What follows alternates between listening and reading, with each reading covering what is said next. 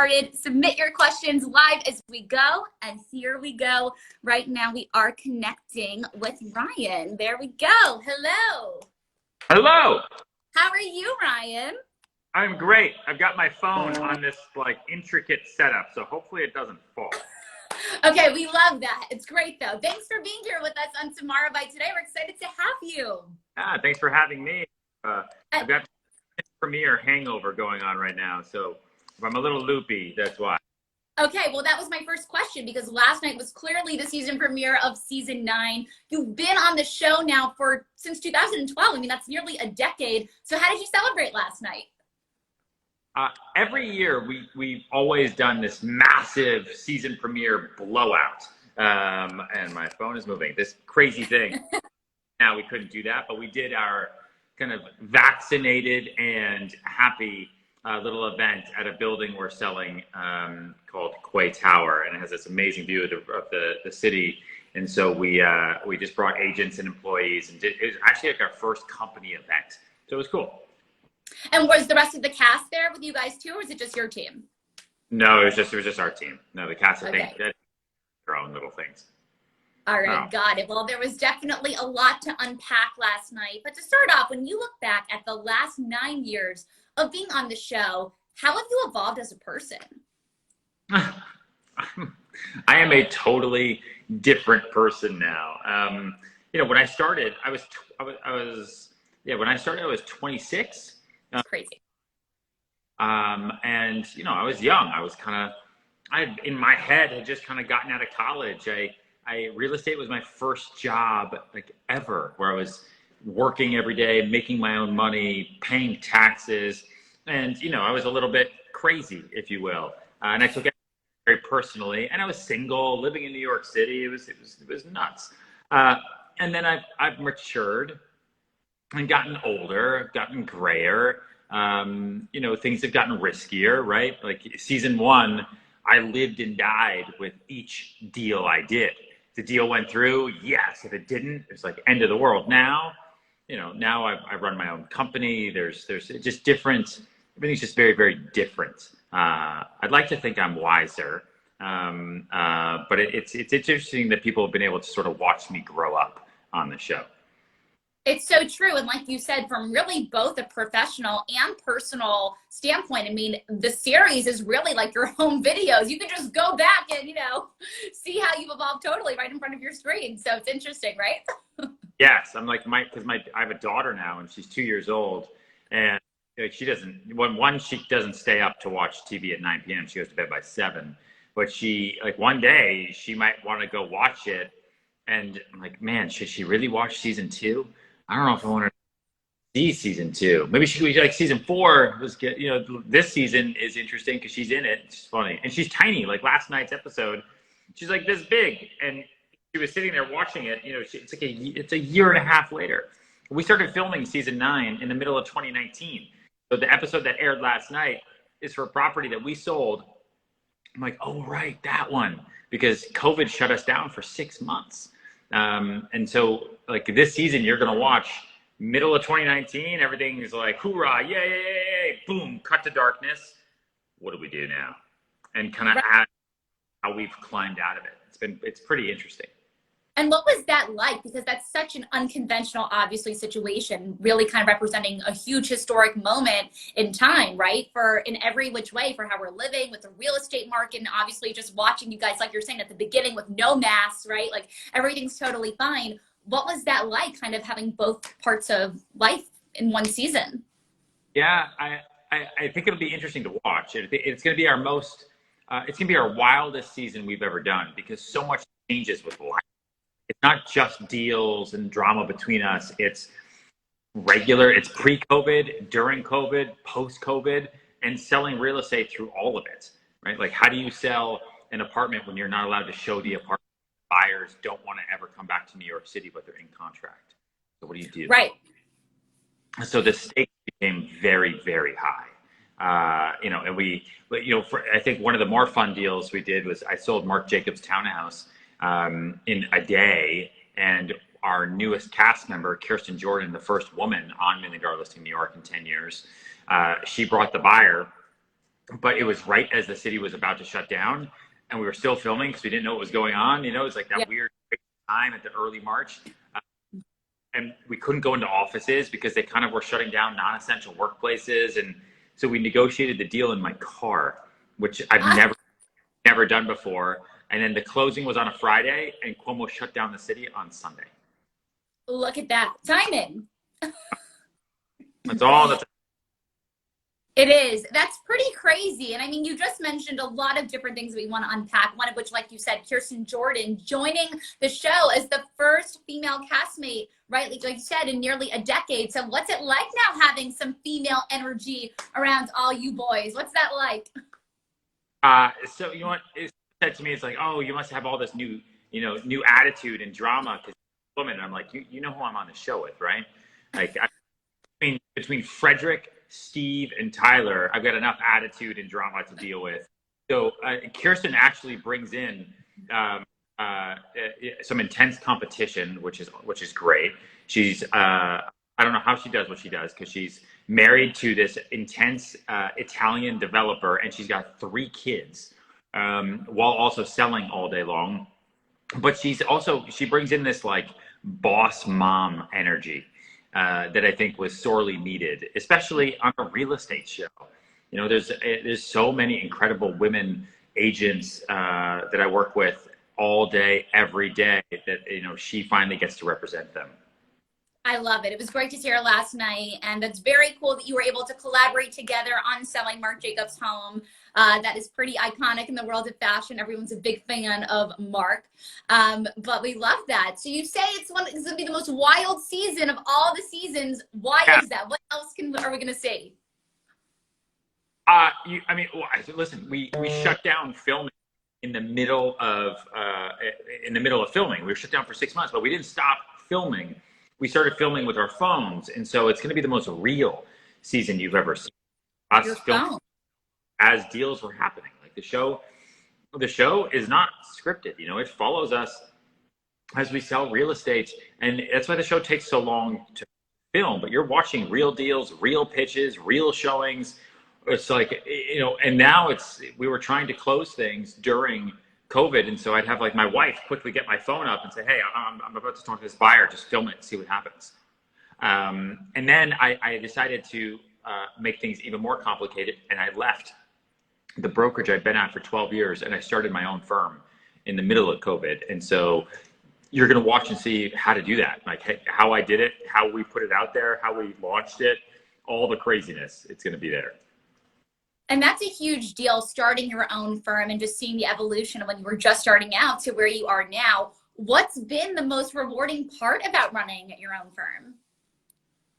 Freedom. And yeah, it's fun to build. You know, it's fun to create. It's fun to like do whatever I want to do now. You know, in my past company, I couldn't do that, and so now I can. I have freedom of brand. I brand recognition without a greater umbrella above me, and the business has just been flowing in like crazy. Like I should have years ago, but it's okay. That is amazing though. And I feel like, you know, just because of right now, especially in New York, the market has changed so much. We've seen lots of people move out of New York. I feel like now things feel extremely busy and full of life again. So in terms of how you've pivoted and just watching this market, like what do you think the future of real estate kind of looks like now? This is now the hottest real estate market I've ever seen in my career. We are doing full ask, over ask deals every day. It is unlike anything I've ever seen. The market outside New York City is even hotter. New York is only now just starting to catch up. But, you know, it's pent up demand from 2008 and 2007. You know, the financial crisis really, really put people on the back burner for buying homes. You know, people only moved because they needed to. Now, moving because they want to. And there's so much cash out there. It's so low. There's no fear anymore. Like if you're vaccinated, it's time to move and go on vacation at the same time. And I think it'll be a very exciting 2021 and 2022. We are definitely looking forward to that. There is some new energy that is definitely needed and welcomed. That is for sure. Well, obviously, you kind of recording your own segments and episodes of the show is probably not that foreign to you because you've been really huge on YouTube. You have over 1 million subscribers over on that platform. And I'm curious what originally sparked your interest to create your own content on there, because you've developed this huge following separate from the show on YouTube. Yeah, I am. It wasn't my idea. My team, forced me to, and I thought it was the dumbest thing ever. So they showed me what the benefit was, which is that I can get a listing, I can create content for it, and I can put it out there tomorrow. Like you see with $1 Million Listing, it's different, right? The episode last night we filmed almost 2 years ago. Crazy. So the timing is different. And the audience is different. 4 years ago, so it was like 2016 going to 2017, I had clients that recognized me from the show and they were hiring me because they knew me from $1 Million Listing, but then their kids had no idea who I was because they don't watch TV. As long as they have Wi-Fi, they're streaming and they're watching everything on YouTube or on a streaming platform. And so I said, okay, I need to hedge against the changing of the guard here. And I want to get in front of this before anybody else. So let's go, let's build.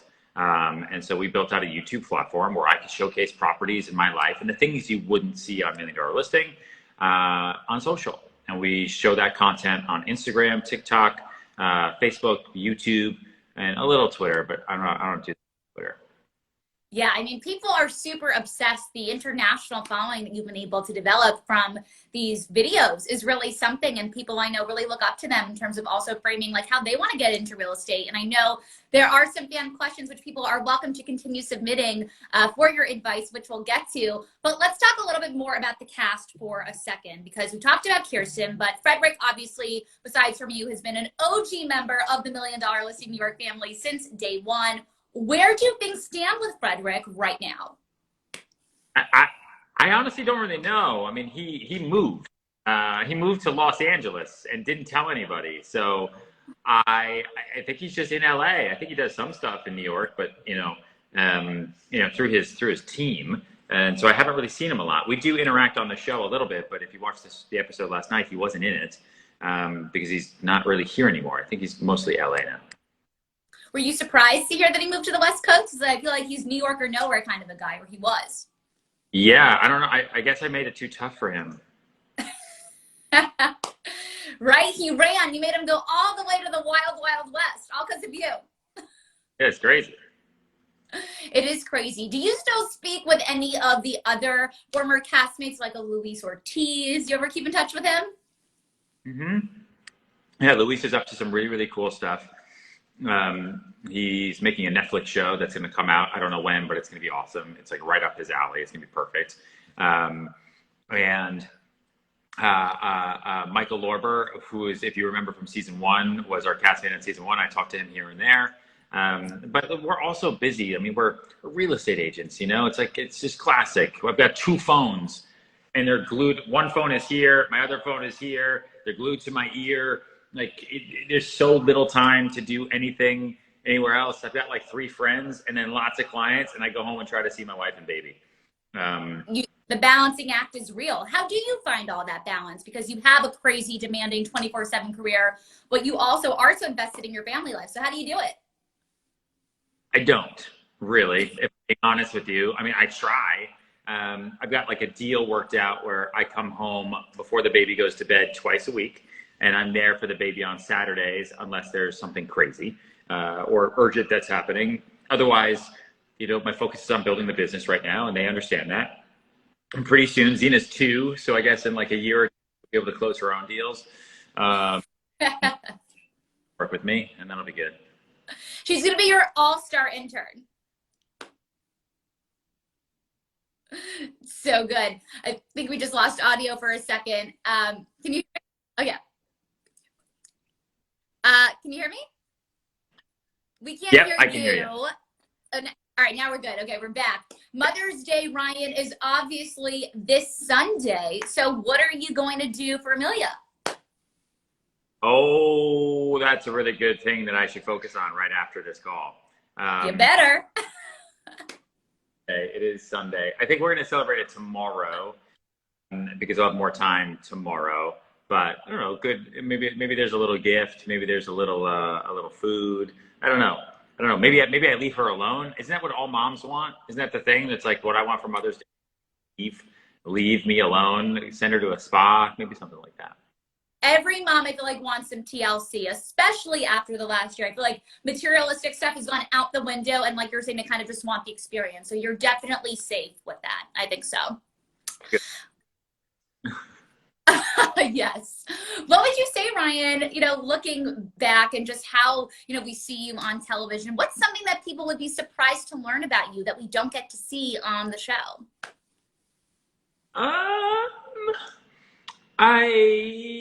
What would they be surprised? I guess I'm actually pretty introverted, I would say. I came to the city to be an actor, to do theater. I got into real estate to pay the bills, not because I loved real estate.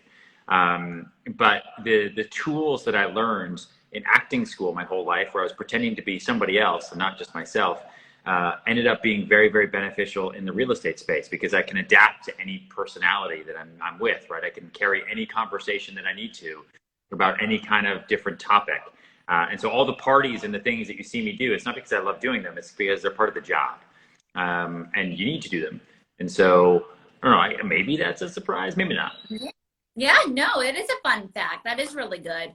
We have some questions, Ryan, from a bunch of fans. We're going to start getting to them right now, you guys. The first one here is from Nick Renee 12, and she wants to know, Ryan, what is the most important piece of advice for a new New York City agent who just got their license? You should take my sales course, ryanserhant.com/course. It's the greatest sales course ever. Honestly, you should also join a team. Do not try to do this. Find a good sales team. When I got started, there were no teams. No one had teams. There were like partnerships, but there was no teams. And I started a team that grew to 65 people across the coast. And now everybody has a team. So great. So find a team and you can be a junior agent. You can learn from them.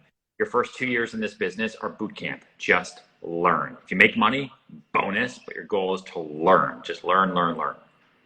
That's it. Take it from Ryan, you guys. Next question here from Lake Girl Love. She wants to know, how can a Canadian become an NYC real estate agent?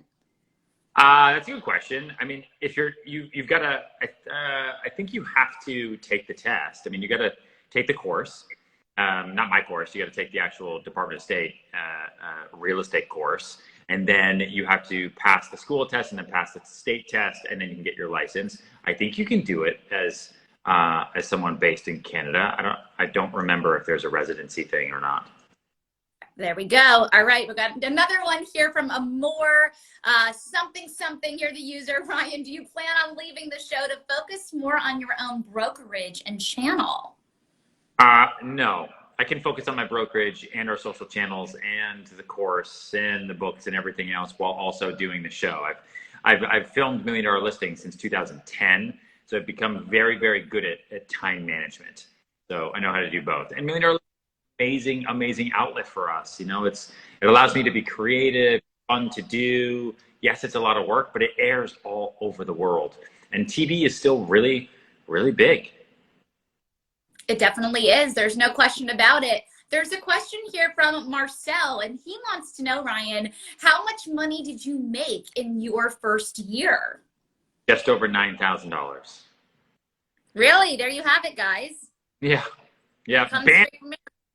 Banner year.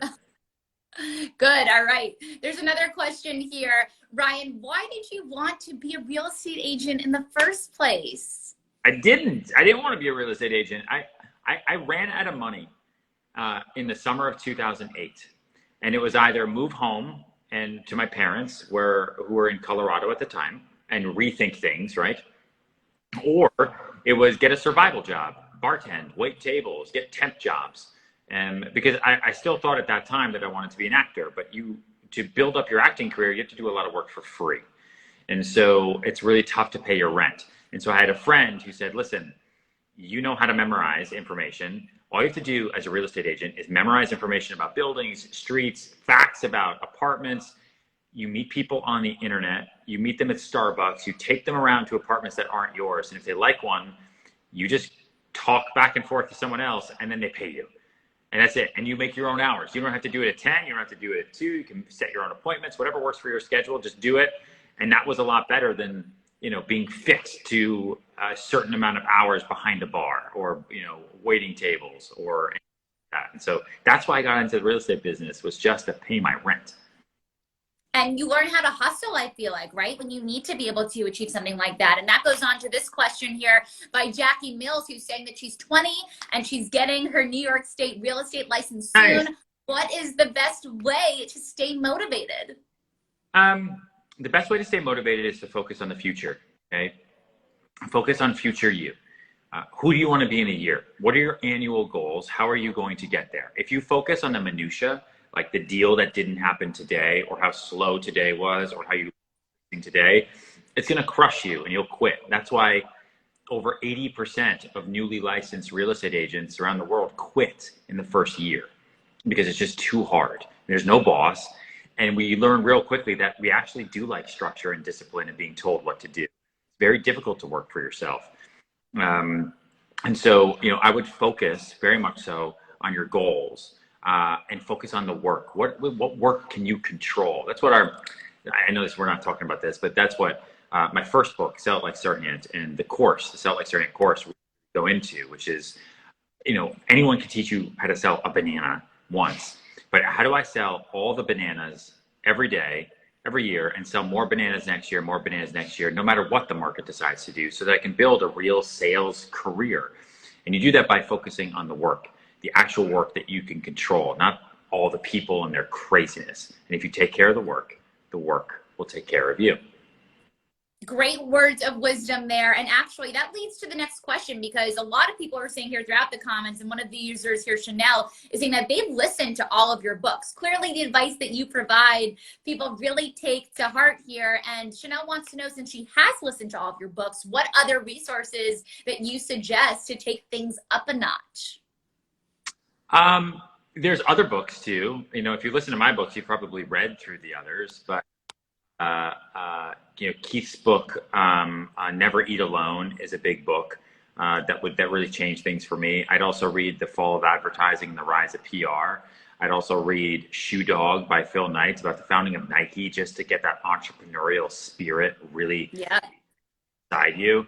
And I'd look at other businesses, other sales businesses. What are they doing to attract clients? How are they generating leads?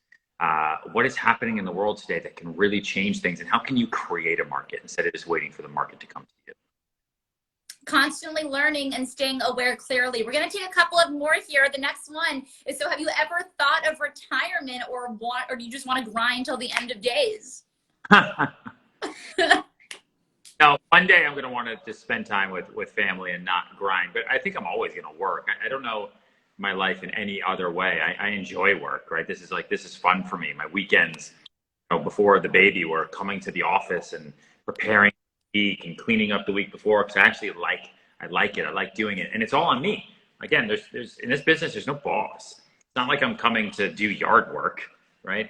I'm coming to build, I'm creating, and that's exciting. That's the best way you can possibly be. There's an agent here, Denise, who says that she used to work at Element. She's been feeling swamped and crazy busy. So what are your top tips for time management? There's a chapter in my newest book called The 1,000-Minute Rule. And I don't want to take up too much time right now, but I use the 1,000-minute rule to structure my day, as well as something I call Finder, Keeper, Doer, which we go into a lot in my first book. But I'm very disciplined about the day and very disciplined about time management, because time is our greatest asset. And if you focus on time the same way you focus on your money, then you wouldn't waste it or burn it or give it away, right? And that's where the 1,000-minute rule kind of comes into play. I like that. Super interesting. A great rule, you guys. Listen to that. And I have a question now for you, Ryan, because when I look at just all the years of this show, the amount that you've sold is absolutely insane. What has been your proudest sale of all time? In January, I met a client in New York, and I was able to carry my phone. Did you lose me? No, we hear you now. Am I still We're here? good. Yeah, you're here. All right. in January, I met a client in New York, and I was able to convince him to go to Florida. And we flew down to Florida, and I sold him a house for $133 million. That was my best deal. That is huge, clearly very huge. And I'm sure so many more major ones to come down the line. Thanks to everyone who just submitted all their questions. I know there are so many more, but we got so many, it's hard to get to all of them. But to wrap things up, Ryan, what else can people expect from you now going forward in terms of the show and anything else outside of it? The show just started last night. There's going to be a little spin-off mini-series coming up that they won't let me talk about yet, but just be prepared. Be on the lookout for that in June. That's a little sneak peek that'll be fun. And we are growing the business. You know, we just started the new company. We are growing our agent base through training, and we are powering them with new media in a way that no brokerage has ever done before. And it's super exciting. It's totally crazy. And we are expanding, and we're expanding really, really fast. So there's a lot of good things to look forward to. And I just appreciate everyone who's tuned in and who watches the shows and reads and listens to the books. I mean, you guys are the best. It is no secret that you have a ton of fans. We're all excited to see how the rest of this season plays out. And you're giving us like the energy here that like there's this new wave of excitement coming, and we're all here you watching your ride. Yes. Well, thanks, Ryan, for being here with us on Tomorrow by Today. Congrats on everything, and we'll see you soon. All right, bye. All right, take care now. Bye. All right, everybody. Thanks for watching Tomorrow by Today. Today, this conversation with Ryan Serhant will be saved on the Tomorrow by Today feed. So make sure to head on over there. If you missed part of this conversation, you can watch the rest right here on this platform. We'll be back here next Friday with our whole new guest of the week. I'm Sydney Sadek. Take care, everybody. Have a great weekend.